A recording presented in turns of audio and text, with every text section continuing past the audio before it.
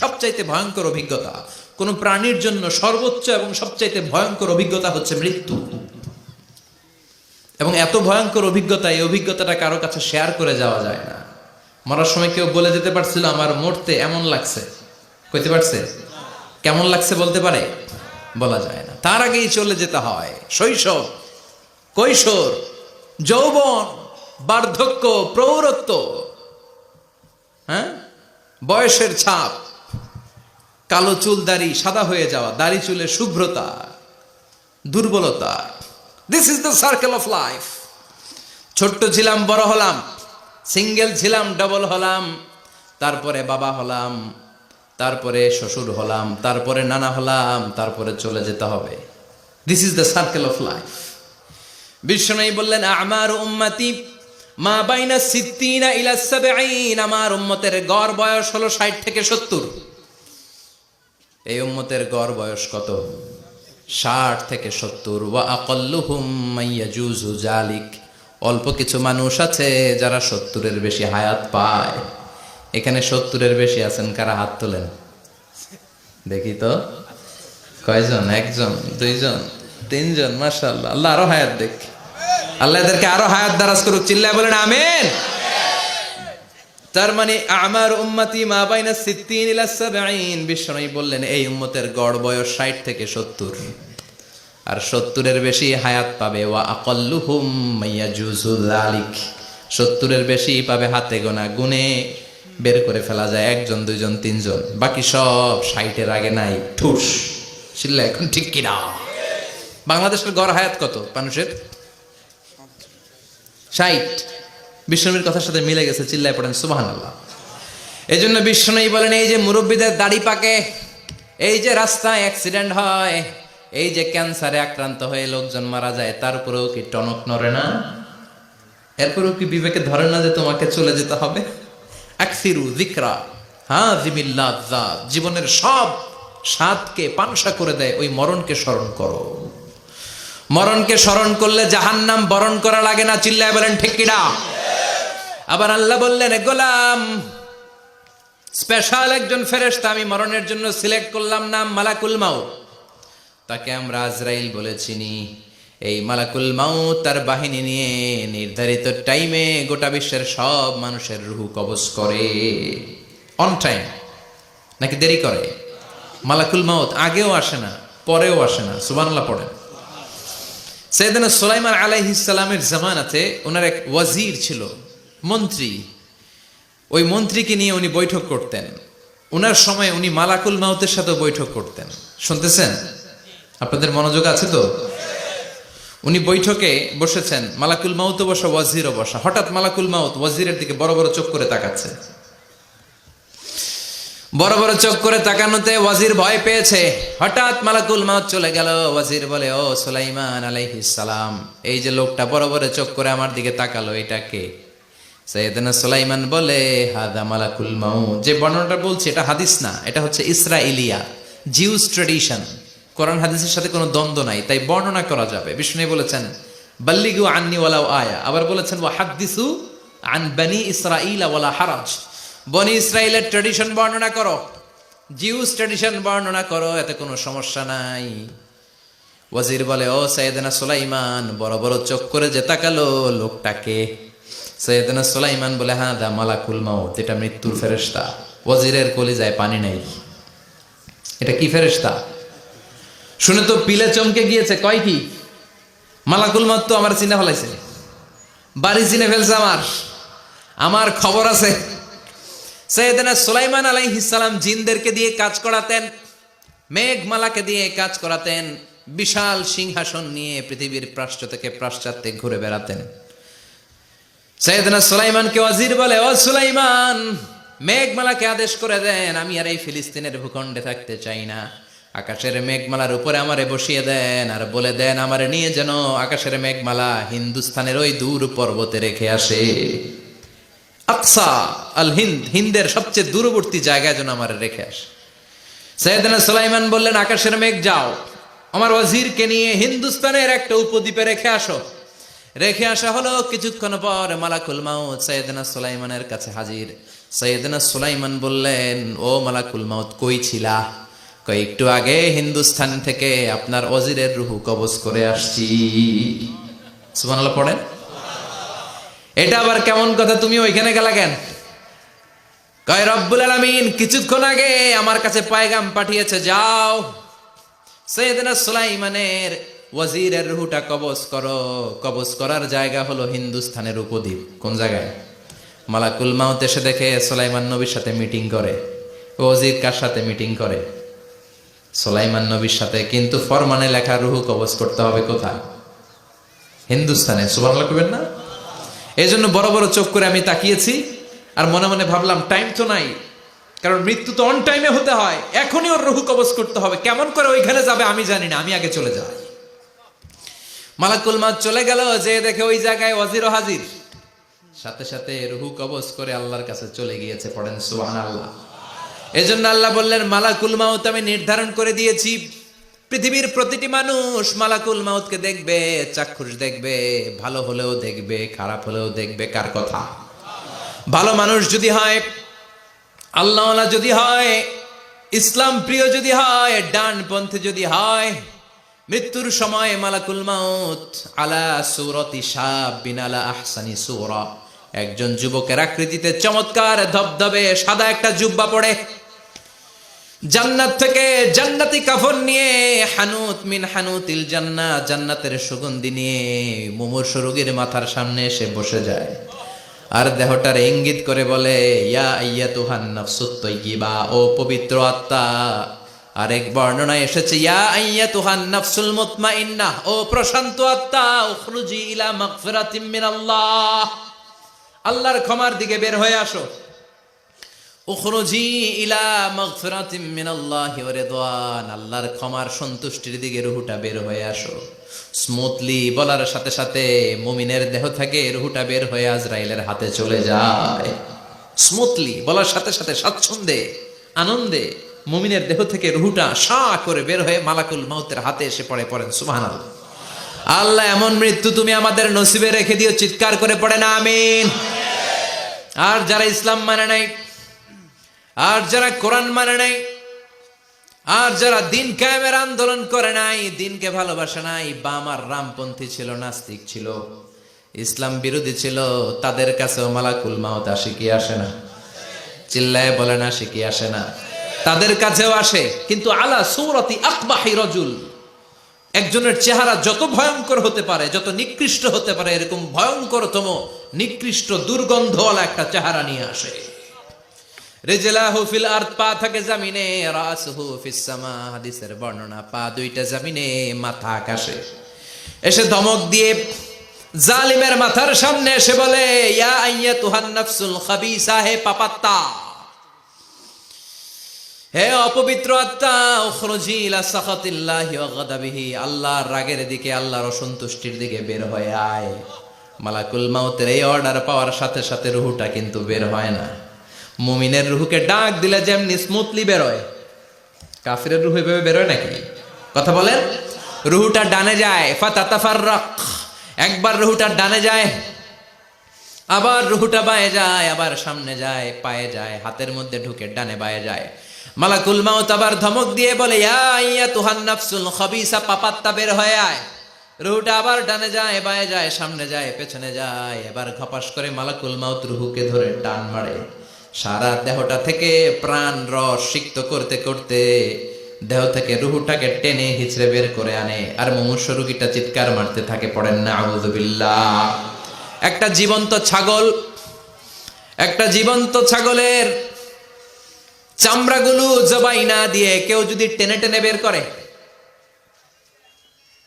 ছাগল জবাই হয় নাই কিন্তু চামড়া এক পাশ থেকে টেনে টেনে টেনে হিচড়ে আপনি গা থেকে বের করলে যত কষ্ট হয়, এর চেয়েও বেশি কষ্ট দিয়ে মালাকুল মাউত বামপন্থী আর কাফেরদের রুহুটা দেহ থেকে বের করে আনে। পড়েন না আউযু বিল্লাহ। আমাদের রুহুটা যেন আল্লাহ, মুমিনদের রুহু আপনি যেভাবে কবজ করান, ওইভাবে যেন আমাদের রুহুটা বের হয়ে আসে। আর জোরে পড়েন আমিন। এজন্য আল্লাহ বললেন, বাল তুসিরুনাল হায়াতাদ দুনিয়া ওয়াল আখিরাতু খায়রুন ওয়া আবকা, পাগলের মতো মোহাচ্ছন্ন হয়ে এই দুনিয়াটার পেছনে ছুটে বেড়াও। এই দুনিয়া আসল নয়, আখেরাত হলো আসল। চিল্লায় বলেন ঠিক কিনা? অস্থির, আমরা অস্থির, আমরা ব্যস্ত দুনিয়ার লোভে আর মোহে পড়ে। আমাদেরকে যে মরতে হবে, চলে যে যেতে হবে, এটা ভাবার সময় আমাদের নাই। চিল্লাই কোন ঠিক কিনা? এজন্য বলা হয় মুতু ক্বাবলান তামুতু, মরার আগে একবার মরো। হাসিবু ক্বাবলান তুহাসাবু আলাইক, তোমার হিসাব কিয়ামতের দিন করার আগে তুমি তোমার হিসাব করো। জীবনে কি কি পাপ করেছি আমি জানি, আমার চেয়ে ভালো কেউ জানে না। চিল্লায় বলেন ঠিক কিনা? কি কি অন্যায় করেছি আমার হৃদয়ের মধ্যে কথাগুলো আছে না নাই?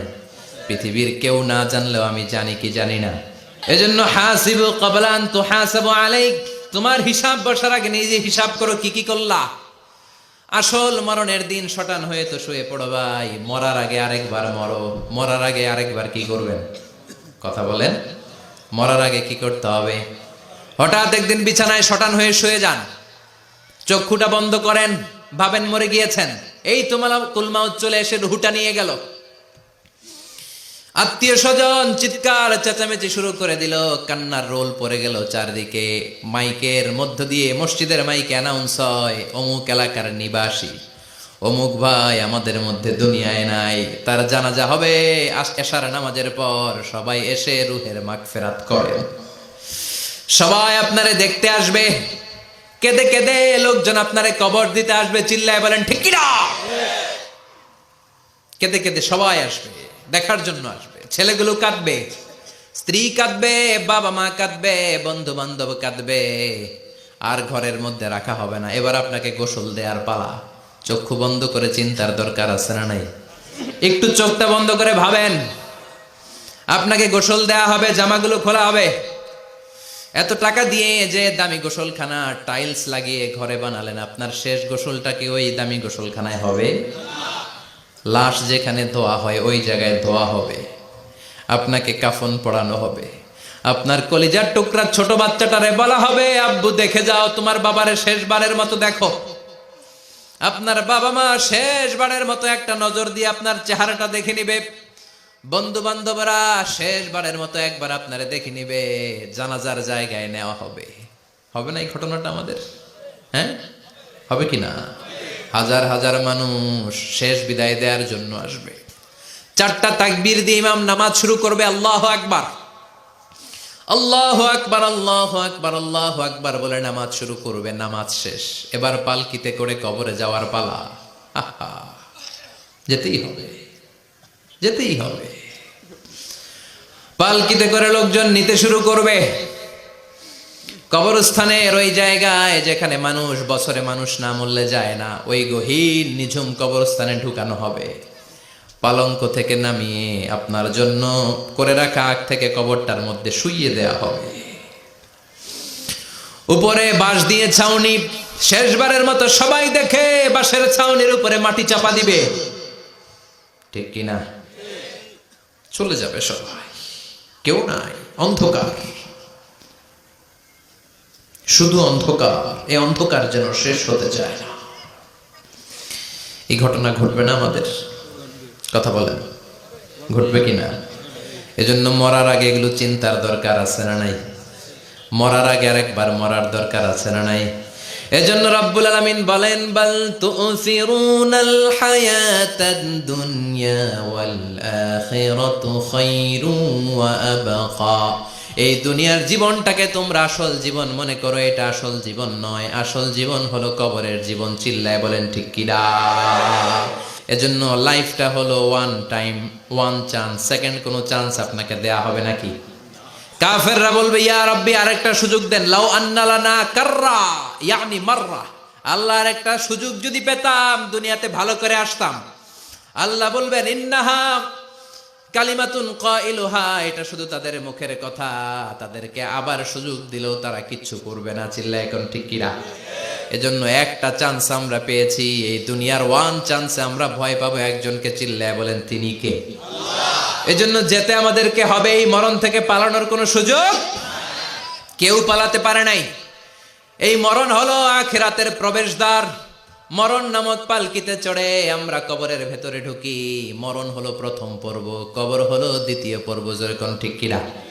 এজন্য বিশ্বনবী বললেন, আল কবর রাউদাতুম মিন রিয়াদিল জান্নাহ আও হুফরাতুম মিন হুফারিন নার। কবর হলো কারো জন্য জান্নাতের বাগান, কারো জন্য জাহান্নামের গর্ত। আমরা বলি, আল্লাহ আমাদের কবরটারে জান্নাতের বাগান বানাও। আরো জোরে পড়েন আমিন। আবার বিশ্বনবী বললেন, ইন্নাল কবরা আউয়াল মানজিল মিন মানাজিলিল আখিরাহ। কবর হলো আখিরাতের মানজিলগুলোর প্রথম মানজিল। আখিরাতে একটার পরে একটা অনেকগুলো স্টেশন আপনাকে পার হতে হবে। প্রথম স্টেশনটার নাম হলো কবর। প্রথম স্টেশনের নাম কি? এই কবর নামক স্টেশনে যদি আপনি মাফ পেয়ে যান, সামনের সব স্টেশনগুলোতে মাফের ব্যবস্থা করবে কে? আল্লাহ। আর কবর নামক স্টেশনে যদি ধরা খেয়ে যান, আপনার মায়ের আছে না নাই? লাশটাকে যখন রাখা হয়, লাশটা চিনে কে আমারে রাখলো, কে আমাকে ধৌত করলো, কে আমারে কাফন পড়ালো। এজন্য বিশ্বনবী বলেছেন, মুমূর্ষের সামনে বসে বসে পড়ো, লা ইলাহা ইল্লাল্লাহু মুহাম্মাদুর রাসূলুল্লাহ। লাকিনু মাউতাকুম লা ইলাহা ইল্লাল্লাহ। মুমূর্ষের সামনে দাঁড়িয়ে দাঁড়িয়ে পড়ো, লা ইলাহা ইল্লাল্লাহ। এই লা ইলাহা হচ্ছে জীবিতদের জন্য কালিমা, আর আমরা মরার পরে এই জিকির করি। ঠিক না? আমাদের দেশের অনেক জায়গায় লাশ নিয়ে কবরে যাওয়ার সময় লা ইলাহা পড়ে না। না, এটা আগের জিকির, মরার আগের জিকির। মরার আগে আপনাকে অ্যানাউন্সমেন্ট দিতে হবে, আল্লাহ ছাড়া কোনো ইলাহ নাই, বিশ্বনবী হচ্ছেন শেষ নবী এবং রাসূল। চিল্লায় বলেন ঠিক কি না? লাশটাকে যখন রেখে দেয়া হয়, বিশ্বনবী যত মানুষকে কবরে রেখেছেন তারপরে দাঁড়িয়েছেন আর বলেছেন, ইস্তাগফিরু লিআখিকুম, তোমার ভাইদের জন্য তোমরা দোয়া করো। ফাইন্নাহুল আনা ইউসআল, এখনই তাকে কবরে সওয়াল করা হবে। কবরে প্রশ্ন আসছে না নাই? কথা বলেন। বিশ্বনবী খাদিজাতুল কুবরা, ওনার প্রথম স্ত্রী খাদিজাতুল কুবরা তাহেরাকে কবরের মধ্যে রেখে দিয়ে কাঁদতে শুরু করলেন। চোখের পানি ছেড়ে অনেক দোয়া করলেন। দোয়া শেষে সব সাহাবারা ঘরে ফিরে যায়, বিশ্বনবী যায় না। সাইয়েদনা আবু বকর বললেন, ও নবী চলেন ঘরে যাই। অনেক তো দোয়া করলেন। বিশ্বনবী বললেন, আবু বকর তুমি যাও, আমি যাব না। এইটা সাধারণ মহিলা না, এটা বিপদের দিনের সঙ্গিনী খাদিজা। মক্কায় যখন আমার কেউ ছিল না, খাদিজা আমারে ভুলে নাই। 3 বছর কাফিররা আমাকে জেলখানায় বন্দি রেখেছে, নাম শিয়াবে আবি তালেবের জেলখানা। আমার স্ত্রী ওই জেলখানার জীবনেও আমারে ছাড়ে নাই। আমার সাথে 3 বছর খাদিজাও জেল খেটেছে। এই একটাই মহিলা, যেই মহিলাকে আল্লাহ আরশের উপর থেকে সালাম দিয়েছে, মহিলাটার নাম খাদিজা। আল্লাহু আকবার। আমার সব সন্তান আল্লাহ খাদিজার পেট থেকে দিয়েছে। ফাতেমাতুজ জোহরা খাদিজার মেয়ে, জাইনাব খাদিজার মেয়ে, উম্মে কুলসুম খাদিজার মেয়ে, রুকাইয়া খাদিজার মেয়ে, আবুল কাসেম বিশ্বনবীর ছেলে খাদিজার ছেলে, আব্দুল্লাহ যাকে তাইয়্যিব এবং তাহের নামে আমরা চিনি, সেও খাদিজার ছেলে। সুবহানাল্লাহ। ও আবু বকর, আমার এই কলিজার টুকরা প্রিয়তমা খাদিজারে রেখে দিয়ে কেমনে বাসায় যায়? তুমি যাও, আমি দাঁড়িয়ে থাকবো। এখনই মুনকার নাকির এসে খাদিজারে প্রশ্ন করবে, আমি দেখবো খাদিজা উত্তর দিতে পারে কিনা। আর প্রশ্নের উত্তর যদি ভুল করে ফেলে, কবরের উপর থেকে আমি নিজে প্রশ্নের উত্তর দিয়ে দেব। সাইয়েদনা জিবরাইল বললেন, নবী আপনার আর দাঁড়িয়ে থাকার দরকার নাই, আবু বকরের সাথে ঘরে চলে যান। আল্লাহ জানিয়ে দিয়েছে, খাদিজার কবরের প্রশ্নে যদি কোনো সমস্যা হয়, আরশের উপর থেকে খাদিজার প্রশ্নের জবাব আল্লাহ নিজে দিয়ে দিবে। এজন্য কবরের আযাব থেকে বিশ্বনবী পানাহ চেয়েছেন। বিশ্বনবী বলেছেন, আল্লাহুম্মা ইন্না নাউযু বিকা মিন আযাবিল কবর। ও আল্লাহ, কবরের আযাব থেকে তুমি আমাদেরকে বাঁচাও। পড়েন আমিন। কবরে মুমিনদেরকে 4টা প্রশ্ন করা হবে, কাফিরদেরকে 3টা প্রশ্ন। চিৎকার করে বলেন, মুমিনের প্রশ্ন কয়টা? আর জোরে বলেন। প্রথম প্রশ্ন, মার রব্বুক, তোর রবের নাম কি? আমরা কি বলবো? আল্লাহ আমারে রব, এই রবি আমার সব, দমে দমে তনু মনে তারি অনুভব। আল্লাহ আমারে রব, এই রবি আমার সব। পড়েন আমিন। দ্বিতীয় প্রশ্ন, আমার দিন, উত্তর দিনের নাম কি? ধর্মের নাম কি? তৃতীয় প্রশ্ন, আমান হাদার রাজুল, এই লোকটাকে কে? আমরা বলবো মুহাম্মদ সাল্লাল্লাহু। 3টা প্রশ্নের উত্তর যখন আপনি কবরে করে দিতে পারবেন, অতিরিক্ত একটা প্রশ্ন, ওয়ামা ইলমুক, এই যে 3টা প্রশ্নের উত্তর পাল্লা, কেমন করে উত্তর জানলা? কোত্থেকে শিখেছো? নকল করে আনছো কাফনের কাপড়ে? পরীক্ষার হলে নকল আছে না নাই? হাতে নকল আছে না? পায়ে নকল, মুজার ভিতরে নকল আছে না নাই? মোবাইলে নকল আছে না নাই? নকল থেকে আল্লাহ তুমি বাঁচাও। আরো আসতে কোন আমি। কিভাবে জানলা? কেমন করে? 3টা প্রশ্নের উত্তর শিখলা। What is the source of your knowledge? তথ্যসূত্র কি? আপনাকে বলতে হবে আমি যেই কিতাবটা থেকে শিখেছি কিতাবটার নাম কি? চিল্লায় বলেন কি নাম? এই কিতাবটা হলো কোরআন। আপনাকে বলতে হবে কোরআন থেকে আমি শিখেছি, বিশ্বনবীর হাদিস থেকে আমি শিখেছি। 4টা প্রশ্নের উত্তর যখন পারবেন, ফেরেশতারা বলবে আহলান সাহালান, খোশ আমদেদ, কংগ্রেচুলেশন, বাহ বাহ, তুমি তো চমৎকার পেরেছো। ফায়ুফসাহু লাহু কবরুহু 70 যিরাআন, মুমিন বান্দার কবরটা 70 হাত লম্বা করে দেয়া হবে। ইফতাহু লাহু বাবুন ইলাল জান্নাত, জান্নাতের দিকে তার কবর থেকে একটা দরজা বানিয়ে দেয়া হবে। জান্নাতের সুঘ্রাণ ঠান্ডা বাতাস এসে তার কবরের ভিতরে ঢুকতে শুরু করবে। ইউলবাসু লিবাস মিন আহলিল জান্নাত, জান্নাতীদের পোশাক তার গায়ের মধ্যে পরিয়ে দেয়া হবে। আল্লাহু আকবার। আর বলা হবে নাম কানাউমিল আরুস, বাসর রাতে বর যেমনি কনেকে নিয়ে ঘুমিয়ে যায়, তুমিও একটা ঘুম দাও। আলহামদুলিল্লাহ পড়ে মুমিন বান্দা আনন্দের একটা ঘুম দিবে। ইসরাফিলের সিংগার আওয়াজ ছাড়া পৃথিবীর কোনো কিছুই তার আগে ঘুম ভাঙতে পারবে না। আল্লাহ আমরাও যেন সেদিন কবর একটা মজার ঘুম দিতে পারি, তুমি তৌফিক দাও। জোরে বলেন আমিন।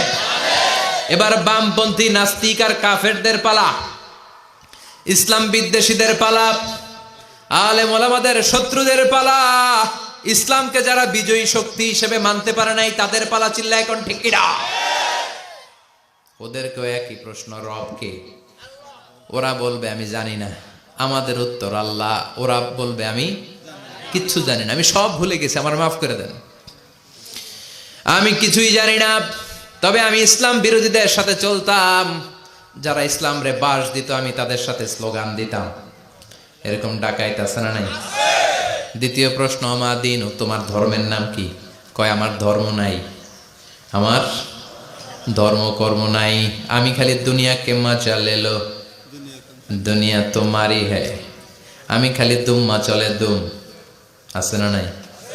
আমি শুধু মৌজ মাস্তিতে ব্যস্ত ছিলাম, আমার দুনিয়া নাই, দিন নাই, আখেরাত নাই, রবকে আমি জানি না, ধর্মকে জানি না।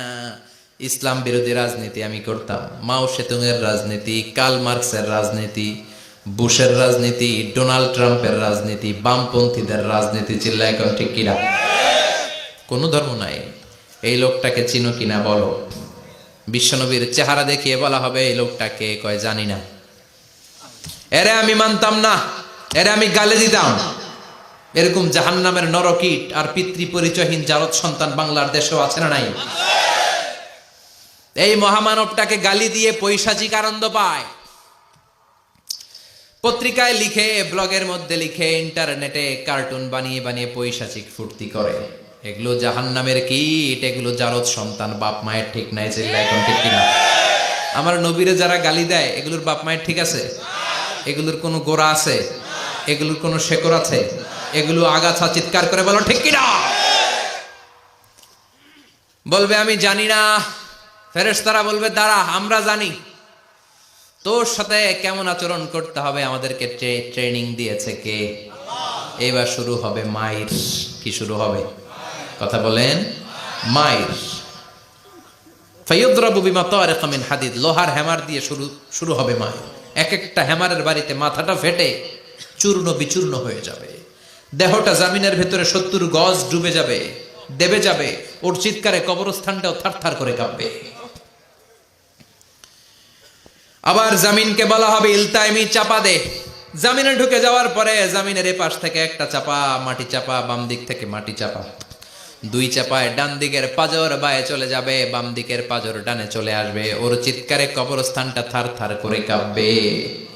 আল্লাহ এই ধরনের পরিস্থিতি থেকে তুমি আমাদেরকে বাঁচাও। আরো চিৎকার করে বলে না আমিন। এই জন্য কবরের এই প্রস্তুতি নেওয়ার দরকার আছে না নাই? কোরআনের পক্ষে থাকার দরকার আছে না নাই? ইসলামের পক্ষে থাকার দরকার আছে না নাই? ইসলামী আন্দোলনের সাথে থাকার দরকার আছে না নাই? ইসলামের বিজয় চাওয়ার দরকার আছে না নাই? যে লোক ইসলামের বিজয় চায় না, যে লোক চায় না ইসলাম দিয়ে দেশ শাসিত হোক, যে লোক চায় না কোরআনটা সংসদ ভবনে নেতৃত্ব দেখ, তার অন্তরে ঈমান থাকতে পারে নাকি? এই জন্য মৃত্যু থেকে যতই পালিয়ে বেঁচে থাকতে পারবা নাকি? পারা যাবে? চিল্লায় বলেন। কোন নবীরা পারছে? আদম আলাইহিস সালাম মৃত্যু থেকে বেঁচে গেছে না? মরছে? কথা বলেন না। উনি পৃথিবীর একমাত্র মানুষ যিনি জানতেন যে উনি কতদিন বাঁচবেন। সুবহানাল্লাহ পড়েন। উনি জানতেন উনি কতদিন বাঁচবেন। কেন আল্লাহ জানালেন? এর কারণ মৃত্যু কি এটা উনি জানেই না, কেমনে মরে দেখেই নাই, কষ্ট কি জানে না। আমরা আমাদের দাদাকে মরতে দেখেছি, বাবাকে মরতে দেখেছি, মামাকে মরতে দেখেছি, মরণের কত কষ্ট আমরা দেখি, এজন্য ভয় আছে না নাই? আদম আলাইহিস সালামের দাদা আছে নাকি? বাবা, মামা, খালু, শালা আছে? নাই। এজন্য মৃত্যু যে কেমন এটা উনি জানতেন না। এজন্য আল্লাহ জানিয়ে দিলেন, আদম পৃথিবীতে তুমি 1000 বছর বাঁচবা। আলফু সানা লাম্মা খালাকাল্লাহু আদম ওয়া কানা তুলুহু 60 যিরাআন। বুখারীর বর্ণনা, সাইয়েদনা আদম আলাইহিস সালামকে বানানোর পরে আল্লাহ 60 হাত লম্বা বানালেন। কয় হাত? জোরে বলেন, আরো জোরে। 60 হাত লম্বা।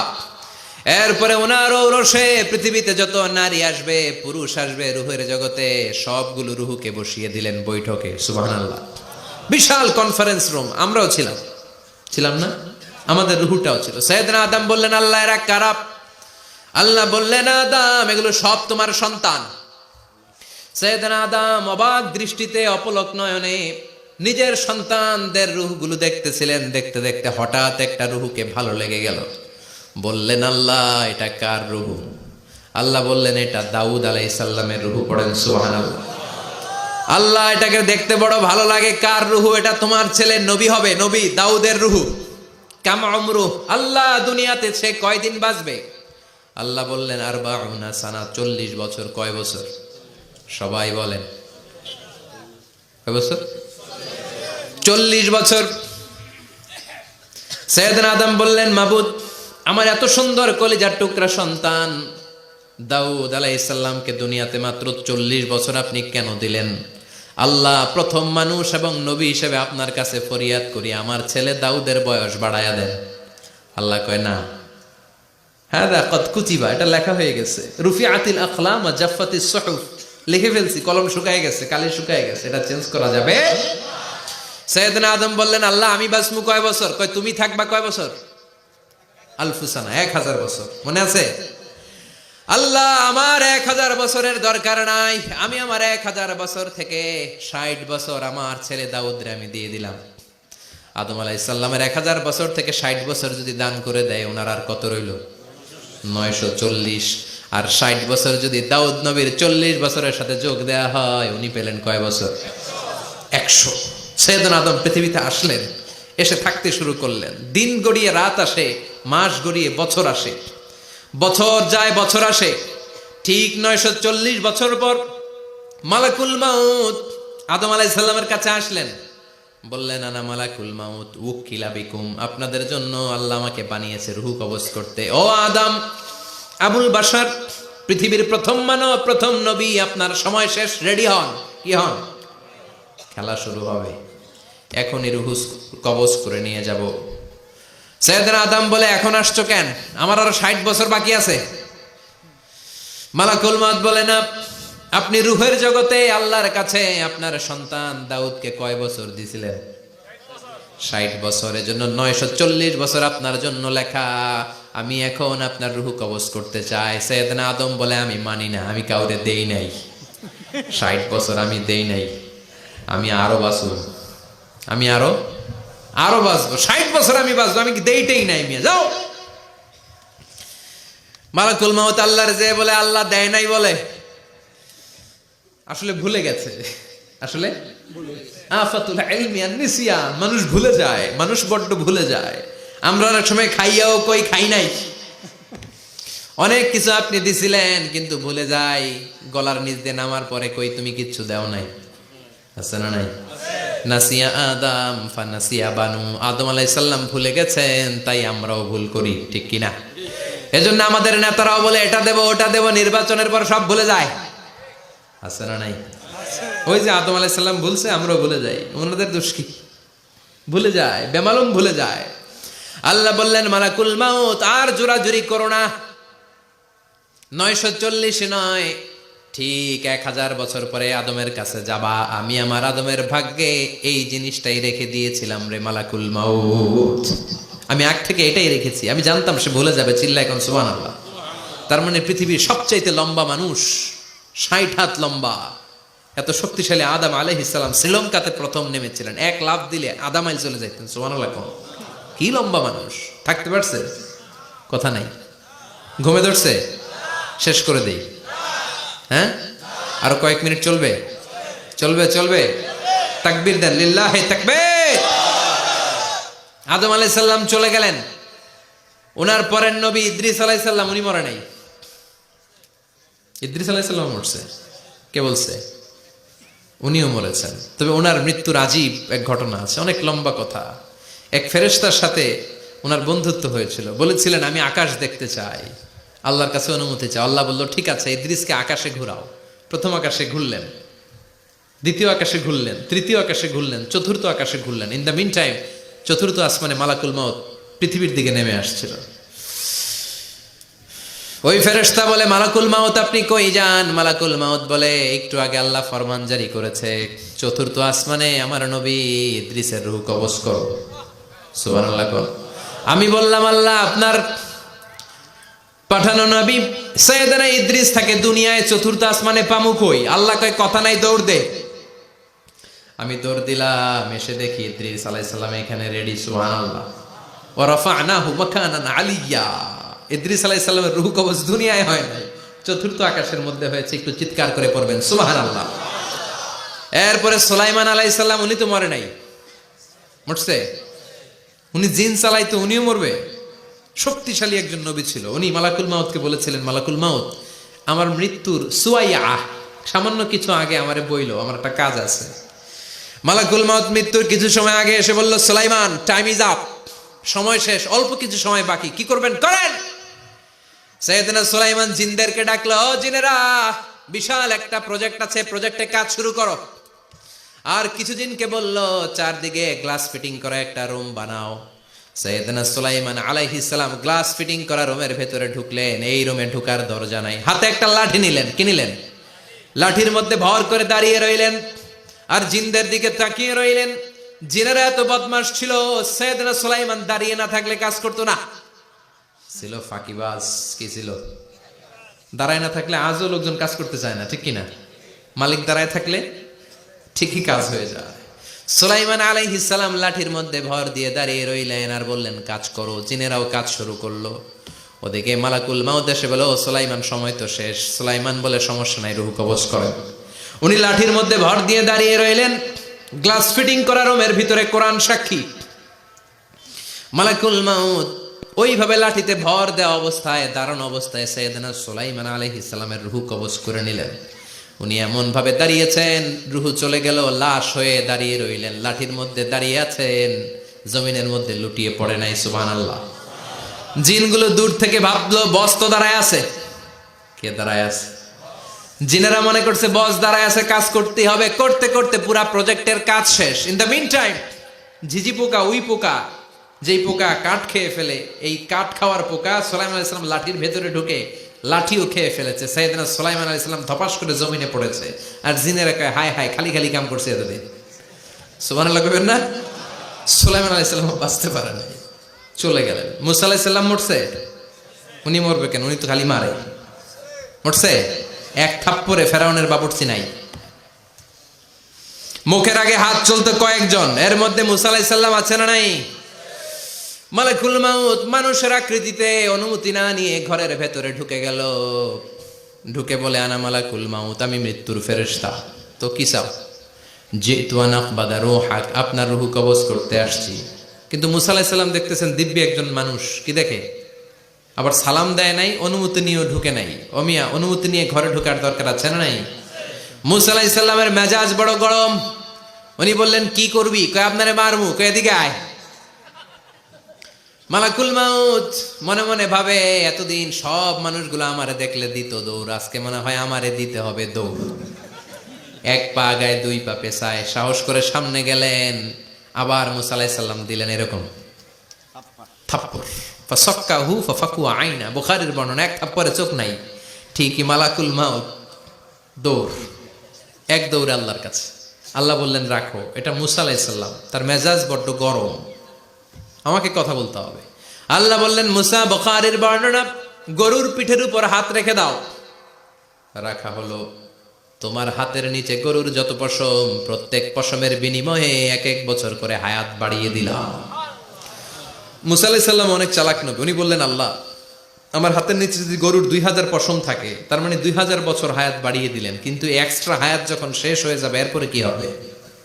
আগে ওইটা বলেন। আল্লাহ বললেন সুম্মাল মাউত, তারপরে তো মুসা মরতেই হবে, আসতেই হবে। সাইয়েদনা মুসা আলাইহিস সালাম বললেন ফাল আনা, তাহলে আর দেরির দরকার নাই, এখনই আমি আপনার কাছে চলে যেতে চাই। মালাকুল মাউত মুসা আলাইহিস সালামের রূহ নিয়ে উড়াল দিলেন। সুবহানাল্লাহ। বাঁচতে পারছে? বিশ্বনবী মরে নাই, উনি ইন্তেকাল করেছেন। চিল্লা এখন ঠিক কিনা? ইন্তেকালের আগে বিশ্বনবী প্রচন্ড অসুস্থ হলেন। মা আয়েশারে ডেকে বললেন আয়েশা, মনে হয় আমি বাঁচব না। ওই যে খায়বার বিজয়ের দিন, খায়বার দুর্গ বিজয় করার পরে এক ইহুদি মহিলা আমার দাওয়াত দিয়েছিল। ওই দাওয়াত খেতে যাওয়ার পরে গোশতের মধ্যে বিষ মাখানো হয়েছিল রে আয়েশা। ওই বিষ মাখানো খাসির গোশত খেয়ে যে ব্যথা আমার পেটে উঠেছিল, আজ আবার সেই ব্যথা উঠেছে। বিশ্বনবী ওই বিষ খাওয়ানো গোশতের কারণে ইন্তেকাল করেছেন, তার মানে বিশ্বনবী শাহীদ। জামা আল্লাহু বাইনা নবুওয়া ওয়া শাহাদা, আল্লাহ বিশ্বনবীকে শুধু নবী বানায় নাই, শহীদ হিসেবে কবুল করেছে। সুবহানাল্লাহ কবেন না? প্রচন্ড অসুস্থ, উনি ছাড়া মসজিদে নববীতে কেউ ইমামতি করার সাহস পায় না। বিশ্বনবী বললেন আবু বকর তুমি যাও, আবু বকরও যায় না। বিশ্বনবী বললেন পানি আনো। বিশ্বনবী পানি দিয়ে ওযু করলেন। ওযু করে কয়েকজন সাহাবীকে ধরে উঠতে চাইলেন, আবার ধপাস করে বেহুশ হয়ে পড়ে যায়। বিশ্বনবী উঠতে পারে না। আবার বললেন ঠান্ডা পানি আনো। পানির ভেতরে বিশ্বনবী 2 হাত ঢুকিয়ে দিয়ে ঠান্ডা ভিজা হাত দিয়ে চেহারার মধ্যে মাসে করলেন আর বললেন ইন্নালিল মাউতিলা সাকারাত, হায়রে মৃত্যুর কি যন্ত্রণা, হায়রে মৃত্যুর যে কি কষ্ট। ও মিয়া, বিশ্বনবী যদি মৃত্যুর কষ্টে কাতরায়, আমাদের অবস্থা কি? আমাদের নসিবে কি আছে? আল্লাহ তুমি বাঁচাও, পড়ে না আমিন। বিশ্বনবী কাঁদছেন, সাহাবারা একের পর এক দেখতে আসে, কান্নার রোল পড়ে গেল চারদিকে। বিশ্বনবীর কলিজার টুকরা নয়নের পুটুলি সাইয়্যিদাতুনা ফাতিমা বিশ্বনবীর কান্না সহ্য করতে পারে না। বিশ্বনবীকে ধরে মা ফাতিমা, সাইয়্যিদাতুনা ফাতিমা বিলাপ করা শুরু করে দিলেন, চিৎকার দিয়ে কান্নাকাটি শুরু করে দিলেন আর বললেন ওয়া কুরবাবা, ওয়া কুরবাবা, হায় হায় আমার বাবার কি কষ্ট, আহা আমার বাবার কি কষ্ট হচ্ছে। বিশ্বনবী বললেন ফাতেমা তুমি কেঁদো না, আমার কষ্ট আজকের পরে আর থাকবে না, আজকে তোর বাবার সব কষ্ট বন্ধ হয়ে যাবে। কি যেন কানে কানে বললেন, ফাতেমা আরো কেঁদে দিল। আবার কানে কানে কি যেন বললেন, ফাতেমা হেসে দিল। বিশ্বনবীর ইন্তেকালের অনেক পর মা আয়েশার কাছে ফাতেমা বললেন, আমি যখন প্রথমে কেঁদেছিলাম আব্বা বলেছিল আমি আর বাঁচবো না রে ফাতেমা। আবার কানে কানে একটা কথা বলার পরে হেসেছিলাম, আব্বা বলেছিল আমার পরে আমার পরিবার বর্গের মধ্য থেকে সর্বপ্রথম তোমার সাথে আমার দেখা হয়ে যাবে রে ফাতেমা। অল্প কয়েক মাসের ব্যবধানে সাইয়্যিদাতুনা ফাতেমা উনিও ইন্তেকাল করলেন। বিশ্বনবী শোয়া থেকে উঠতে পারে না। এক সাহাবীকে দেখলেন মেসওয়াক করছে। বিশ্বনবী মেসওয়াকের দিকে তাকিয়ে রইলেন। বিশ্বনবীর নিথর দেহটা পড়ে আছে। আয়েশারা যে বলবে আয়েশা মেসওয়াক দাও, বলতে পারে না। মা আয়েশা বুঝতে পেরে মেসওয়াক আনলেন, বিশ্বনবীকে মেসওয়াক করিয়ে দিলেন। এবার বিশ্বনবী বললেন ও আবু বকর শোনো, আল্লাহ আমাকে অপশন দিয়েছে। কি দিয়েছে? আল্লাহ বলেছে নবী আজীবন থাকতে চাইলে থাকেন, আর আসতে চাইলে চলে আসেন। আমি থাকতে না চেয়ে আল্লাহর কাছে চলে যাওয়ার ইচ্ছা করলাম। সাইয়েদনা আবু বকর কান্না জুড়ে দিলেন। বিশ্বনবী বললেন আসসালাত আসসালাত, ও আমার উম্মতেরা নামাজ তরক করো না। ইন্তেকালের আগে বললেন নামাজ ছেড়ে দিও না, আর বললেন ওয়ামা মালাকাত আইমানুকুম, তোমাদের অধীনস্থ কর্মচারীদের সাথে খারাপ আচরণ করো না। ঘাম শুকানোর আগে পয়সা দিয়ে দিও।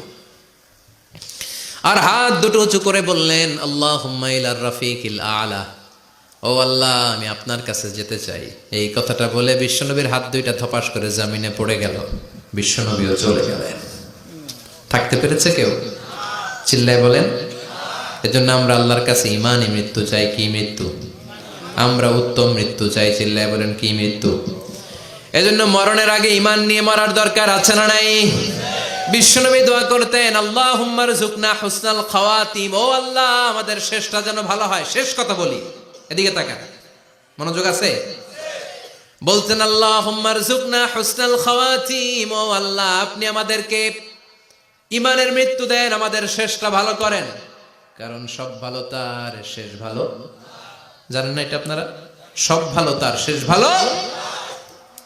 আজীবন ইসলামের পক্ষে, আজীবন নামাজি মুত্তাকি, মরার আগে কাফের হয়ে মরে, এরকম আছে না নাই? মরার আগে শাহবাগের মঞ্চে উঠে ভাষণ দেয়, ভাইয়েরা আমার, আছে না নাই? আবার আজীবন কাফের, ইসলামের বিরোধী, এন্তেকালের আগে কালিমা পড়ে সব মাফ করায়, আছে না নাই? বিশ্বনবীর শ্বশুর আবু সুফিয়ান, নাম শুনছেন? বদরের যুদ্ধে বিশ্বনবীর বিরুদ্ধে, মক্কায় বিশ্বনবীর ঘুমাতে দেয় নাই, উহুদের যুদ্ধে বিশ্বনবীর সাথে ফাইট, খন্দকের যুদ্ধে বিশ্বনবীর সাথে মারামারি, আহজাবের যুদ্ধে কিলাকিলি, সারাটা জীবন বিশ্বনবীর সাথে মারামারি, মক্কা বিজয় কালিমা পড়ে মুসলমান হয়েছে। গোটা জীবনে যা অন্যায় করেছে সব মাফ করে দিয়েছে কে? এজন্য আমরা আল্লাহরে বলি, আল্লাহ কালিমাটা পড়তে পড়তে যেন আমরা মরতে পারি। চিৎকার করে পড়ে না আমিন। জিহাদের ময়দানে এক সাহাবা যুদ্ধ করতে লাগলেন। বুখারীর বর্ণনা, যুদ্ধ করতে করতে কাফেরদেরকে মারতে মারতে, হাদিসের ভাষ্য লা ফাযা ওয়ালা শাযা ইল্লা ইয়াদরিবুহা বিসাইফি, তার সামনে যত কাফের আসে সে কচুকাটা করে। অন্য সাহাবীরা খুশি হয়ে যায়, অন্য সাহাবীরা বলে আজকের সব সওয়াব এই সাহাবী পেয়ে যাবে। কিন্তু বিশ্বনবী হঠাৎ করে একটা কথা বললেন, ওই কথা শুনে সাহাবীরা অবাক। বিশ্বনবী বললেন, হুয়া ফিন্নার, ও জাহান্নামে যাবে। কই যাবে? জিহাদের ময়দানে এক মুজাহিদ সাহাবী কাফেরদেরকে মেরে শেষ, কিন্তু বিশ্বনবী বললেন কই যাবে? কথা কয় না। এক সাহাবী কয়, ঘটনা কি? এত বড় মুজাহিদ ফি সাবিলিল্লাহ কেন জাহান্নামে যাবে? আমি লুকিয়ে লুকিয়ে দেখি। লুকিয়ে লুকিয়ে ওই সাহাবী দেখে, মুজাহিদ সাহাবী যুদ্ধ করতে করতে কাফেরদের বিশাল একটা ঘাটির ভেতরে ঢুকে গেল। মারতে মারতে মারতে মারতে হঠাৎ এক কাফেরের আঘাতে এই মুজাহিদ সাহাবীর ডান হাতটা কাটা পড়ে গেল। এবার ডান হাত দিয়ে ফিনকি দিয়ে রক্ত বের হতে শুরু করলো। মুজাহিদ সাহাবী আর যন্ত্রণা সহ্য করতে পারে না। যন্ত্রণা সহ্য করতে না পেরে কাতরাতে কাতরাতে নিজের হাতের ছুরিটাকে জমিনের মধ্যে গেড়ে দিয়ে ছুরির উপর ঝাঁপিয়ে পড়ল। পেটের এই দিক দিয়ে ঢুকে ওপাশ দিয়ে বের হয়ে গেল, এফার হোফার হয়ে গেল, মানে আত্মহত্যা করলো। ঠিক কিনা? জাহান্নামী না? কথা কম। লুকিয়ে লুকিয়ে যে সাহাবা দেখেছে, চিৎকার দিয়ে বিশ্বনবীর কাছে যেয়ে বলে, আশহাদু আন্নাকা রাসূলুল্লাহ, ও নবী আপনি যে আসল নবী, কোনো সন্দেহ নাই, আমি লুকিয়ে লুকিয়ে দেখেছি। ওই মুজাহিদ সাহাবা বেঁচে নাই, সে কাফেরের আঘাতে শহীদ হয় নাই, নিজের পেটে নিজে ছুরি ঢুকিয়ে আত্মহত্যা করেছে। আজীবন বিশ্বনবীর সাথী, মরার আগে জাহান্নামী। আমরা কেউ জানি না আমাদের শেষটা কেমন হবে। এজন্য আমাদের শেষটা ভালো হোক, ভেরি সেন্সিটিভ ইস্যু। আমাদের শেষটা ইমানের হোক। এখন যেমনি মাথা ঠিক আছে, বুদ্ধিমত্তার সাথে শাহাদাত বাক্যের উপর যেন আমরা মরতে পারি। আমরা পড়ি আমিন। চিল্লায় পড়ে না আমিন। কি করে বুঝবেন মৃত্যুটা ভালো হলো? এক নাম্বার আলামত আন-নুতকু বিশ-শাহাদা, মরার আগে আওয়াজ করে জিকির করে কেউ যদি পড়তে পারে লা ইলাহা ইল্লাল্লাহু মুহাম্মাদুর রাসূলুল্লাহ সাল্লাল্লাহু, এটা হচ্ছে আলামাতু হুসনিল খাতিমা। আপনার মৃত্যুটা যে ভালো মৃত্যু হয়েছে এটার আলামত। কি মৃত্যু? সবাই বলেন ভালো মৃত্যু আমরা চাই কি চাই না? ভালো মৃত্যুর এক নাম্বার আলামত কালিমা পড়ে যদি মরতে পারে। বিশ্বনবী বলেন, মান কানা আখিরু কালামিহি লা ইলাহা ইল্লাল্লাহ, যে ব্যক্তির সর্বশেষ কথাটা হবে, বাক্যটা হবে লা ইলাহা ইল্লাল্লাহ, দাখালাল জান্নাহ, সে জান্নাতি হয়ে যাবে। সুবহানাল্লাহ পড়েন। এরপরে বিশ্বনবী বললেন, আল মুমিনু ইয়ামুতু বিজাবি ইরকিল জাবিন, মুমিন যখন মারা যায় তার কপাল ঘেমে যায়। সুবহানাল্লাহ পড়েন। হাত ঘামে না, পা ঘামে না, মুমিনের কপাল ঘামে। সুবহানাল্লাহ। এজন্য কেউ মারা গেলে কপালের মধ্যে হাত দিবেন, দেখবেন ওই ঘামের মধ্যে একটা জান্নাতি ঘ্রাণ আছে। সুবহানাল্লাহ। আল্লাহ, আমরা যখন মরে যাব আমাদের কপালটা যেন এরকম ঘেমে যায়। আমিন পড়েন আর জোরে আমিন। আল মুমিনু ইয়ামুতু বিআরাকিল জাবিন, মুমিন মারা গেলে তার কপাল ঘামে। কপাল ঘামলে বুঝতে হবে এটা ভালো মৃত্যু, ইমানি মৃত্যু। চিল্লায় বলেন ঠিক কিনা? এরপরে বিশ্বনবী বললেন ফি লাইলাতিল জুমা, জুমার রাতে যদি মরে, আও ফি শাহরি রমাদান, কিংবা রমজান মাসে যদি মরে, আও ফি সাফারিল হজ, কিংবা হজের সফরে যদি মরে। বাংলার জমিন থেকে অনেক হাজিরা হজ করতে যায়, অনেকে ওইখানে যে আরাফাতের ময়দানেও মারা যায়, এরকম হাজি আছে না নাই? খুশনসিব, এটা খুশনসিব। আলহামদুলিল্লাহ পড়েন।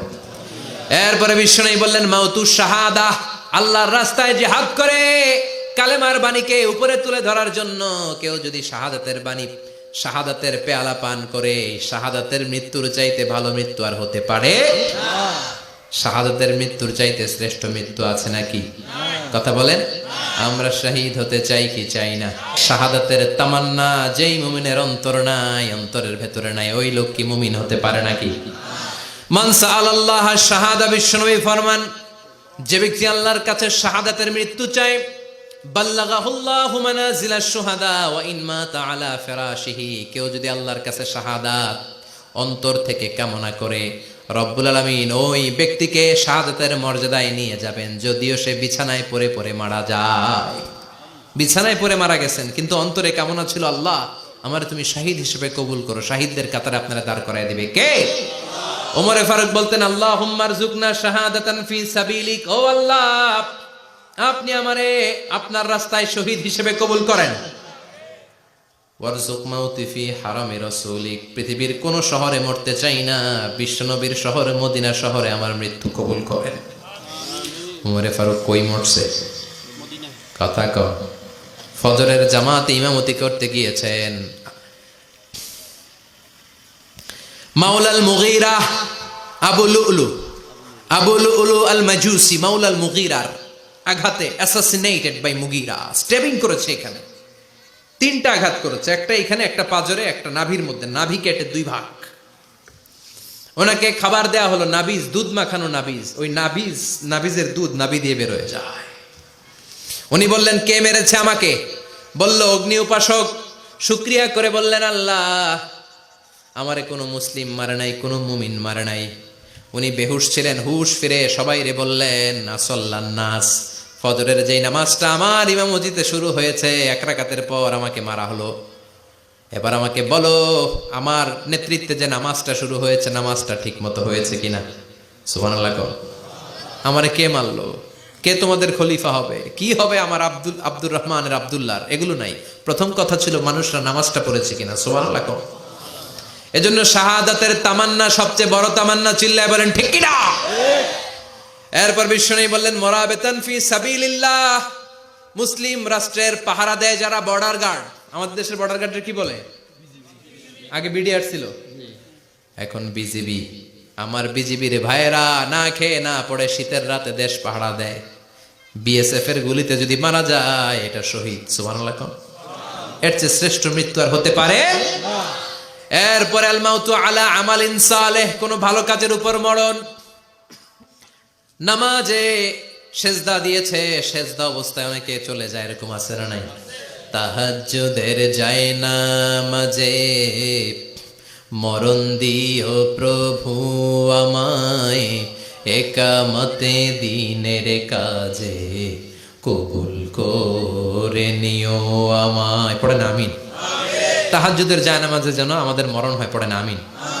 রোজা অবস্থায় মারা যাওয়া, নেক আমল অবস্থায় মারা যাওয়া, এগুলো হচ্ছে আলামাত হুসনিল খাতিমা।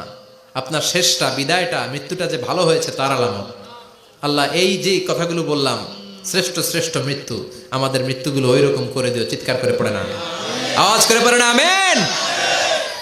এবার আলামাত সুইল খাতিমা, কিছু মৃত্যুর আলামত আছে, এটাই প্রমাণ করে এটা ভালো মৃত্যু নয়, এরকম আলামত আছে না নাই? এক নম্বরে হলো আল ইন্তেহার, আত্মহত্যার মৃত্যু। সমাজে আছে না নাই? উখিয়াতে তো নাই না? এদিকেও মরে, কি জন্য, কেন মরে? হ্যাঁ, বয়ফ্রেন্ড গালি দিছে এই জন্য? হ্যাঁ, মান কাতালা নাফসাহু বিশাইইন উযযিবা বিহি ইয়াউমাল কিয়ামা, যে জিনিস দিয়ে যে যাকে মেরেছে, আত্মহত্যা করেছে, সুইসাইড করেছে, কিয়ামতের দিন ওই জিনিস দিয়ে সে তাকে মারবে, এটাই হবে তার শাস্তি। ওড়না পেঁচিয়ে যারা আত্মহত্যা করলো ওর শাস্তি ওড়না পেঁচানো। বিষ খেয়ে যারা মারা গেল তার শাস্তি জাহান্নামের বিষ খাবে আর চিৎকার করবে। ছুরি ঢুকিয়ে যারা মারা গেল জাহান্নামের আগুনে ঝলসানো ছুরি শুধু ঢুকাবে। আল্লাহ আত্মহত্যা থেকে বাংলাদেশে বাঁচাও, আমাদের ছেলে মেয়েগুলারে বাঁচাও। চিৎকার দিয়ে বলেন আমিন। আত-তাআক্কুদ ফিল লিসান ফিলা ইলাহা ইল্লাল্লাহ, আজীবন কালেমা পড়ে নাই, আজীবন কালেমারে বাস দিয়েছে, এখন মরার সময় সবাই কয় কলমা পড়েন, কলমা পড়েন। এখন পড়তে চায় মাগার মুখ দিয়া বাইর হয় না, আছে না নাই? এরকম ডাকায় দুখিয়াতে নাই, কলমা পড়তে পারে না, আটকায় যায়, মরে গেছে। এই মৃত্যুটা কি ভালো কথা বলে? ফি হালাতি শুরব, অনেকে মদ খাইতে খাইতে মরে, আছে না নাই? জুলুম করতে করতে মরে, আছে না নাই? অন্যের জায়গা দখল করে মরে, এরকম আছে না নাই? ফি হালাতি ইরতিকাবিল কাবায়ের, যে কোনো কবিরা গুনাহ করা অবস্থায় যদি মারা যায় এটা খারাপ মৃত্যু, অপমৃত্যু, এটা জান্নাতি মৃত্যু নয়। চিৎকার করে বলেন ঠিক কি না? এরপর ফি সাখাতিল ওয়ালিদাইন, বিশ্বনবী বললেন কোন ছেলে যদি মারা যায় এমন অবস্থায় মা বাবা তার উপর রাগান্বিত, এটা ভালো মৃত্যু? কথা বলেন। পৃথিবীর চেয়ে, গোটা পৃথিবীর বুকে মায়ের চেয়ে আপন কেউ আছে নাকি?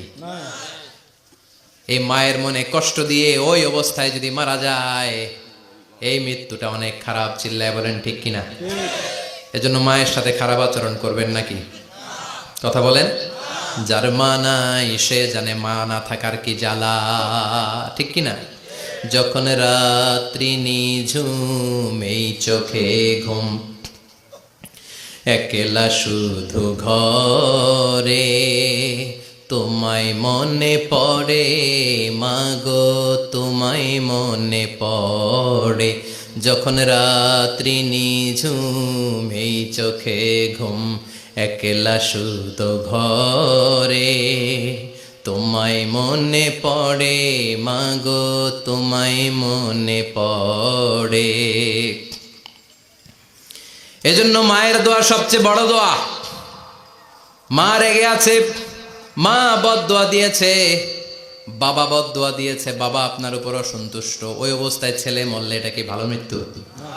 এরপরে স্বামী যদি নাখোশ থাকে স্ত্রীর উপর, স্বামী যদি স্ত্রীর উপর রেগে থাকে, অসন্তুষ্ট থাকে, ওই অবস্থায় স্ত্রী যদি মারা যায় এটাও খারাপ মৃত্যু। চিল্লায় বলেন এটাও খারাপ মৃত্যু। এরপরে লাউ ফারিহাল মুসলিমুনা বিমাউতি, কোন লোক মারা গেলে যদি এলাকার মুসলমানরা খুশি হয় এটা কি ভালো মৃত্যু নাকি? কোন লোক মারা গেলে এলাকার মুসলমানরা যদি আল্লাহর শুকরিয়া করে এটা কি ভালো মৃত্যু নাকি? আমরা কি ভালো মৃত্যু চাই নাকি খারাপ? আমরা শাহাদাতি মৃত্যু চাই, ইমানের মৃত্যু চাই। পড়ে না আমিন। এজন্য রব্বুল আলামিন বলেন বাল তুসিরুনাল হায়াতাদ দুনিয়া ওয়াল আখিরাতু খায়রুন ওয়া আবাকা, ক্ষণস্থায়ী দুনিয়াটাকে তোমরা বড় মনে করো, এটা বড় না, বড় হলো আখিরাতের জীবন। এজন্য আখিরাতের জীবনের জন্য প্রস্তুতি দরকার, আছে না নাই? মরণ হচ্ছে সবচেয়ে বড় প্রস্তুতি, মরণের চিন্তা। মান কানা ওয়াইদান ফাল মাউতু ইয়াকফি, যে নিজেকে সোজা করতে চায় মৃত্যুর চিন্তাই তার জন্য যথেষ্ট। আজকের এই আলোচনার পরেও কি আমাদের টনক নড়বে না?